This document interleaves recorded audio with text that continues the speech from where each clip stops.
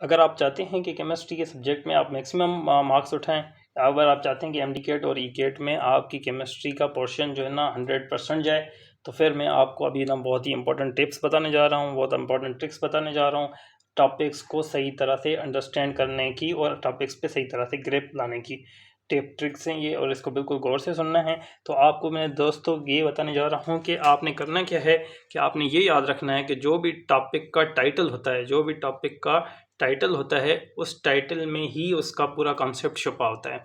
आपने करना ये होता है कि उस टाइटल की सही तरह से मीनिंग अंडरस्टैंड करनी होती है। अगर आपने उसकी सही तरह से मीनिंग अंडरस्टैंड कर ली तो इसका मतलब है उसका जो ना कॉन्सेप्ट आपको क्लियर हो गया। उसकी कोई चीज़ आपको याद करने की ज़रूरत नहीं है, उसकी कोई डेफिनेशन याद करने की ज़रूरत नहीं है। आपकी सारी की सारी डेफिनेशन, सारी का सारा कॉन्सेप्ट उस टॉपिक के नाम में छुपा हुआ है। मिसाल के तौर पे स्टोइचियोमेट्री। स्टोइचियोमेट्री में अगर आप देखें तो इसके जो ना 2 पार्ट्स हैं। स्टोइचियोमेट्री वर्ड ही आपको बता रहा है कि ये किसके बारे में है, इस टॉपिक में क्या पढ़ने जा रहे हैं आप।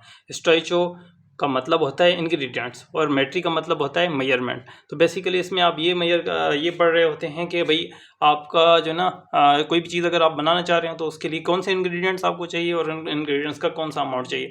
इसी तरह आपको मैं हर टॉपिक का बता सकता हूँ कि उस टॉपिक में किस तरह से छुपे हुए हैं उसके राज, उस टॉपिक का कंसेप्ट किस तरह से उस टॉपिक के नाम में छुपा हुआ है। तो आपने पहले कोशिश करनी है कि उस टॉपिक का नाम को सही तरह से समझना है कि इसमें आप क्या पढ़ने जा रहे हो। ठीक है जी। और टिप नंबर 2 है कि हर टॉपिक के ना असल में 3 पार्ट्स होते हैं। आपको हर टॉपिक को 3 पार्ट्स में पढ़ना है। उसका कॉन्सेप्ट पहले ढूंढना है कि इस टॉपिक का कॉन्सेप्ट क्या है, इसका कोर कॉन्सेप्ट क्या है, इसका कोर जो है ना मकसद क्या है, वो आपने समझना है। सही है जी। ये समझने के बाद फिर आपने देखना है कि इसके से रिलेटेड क्या फैक्ट्स हैं जो कि याद करने वाली चीज़ें होती हैं। ये समझने वाली चीज़, ये याद करने वाली चीज़, हर टॉपिक के फैक्ट्स होते हैं कुछ, वो आपने याद करने होते हैं और वो आपने हर टॉपिक के निकालने ढूंढने हैं।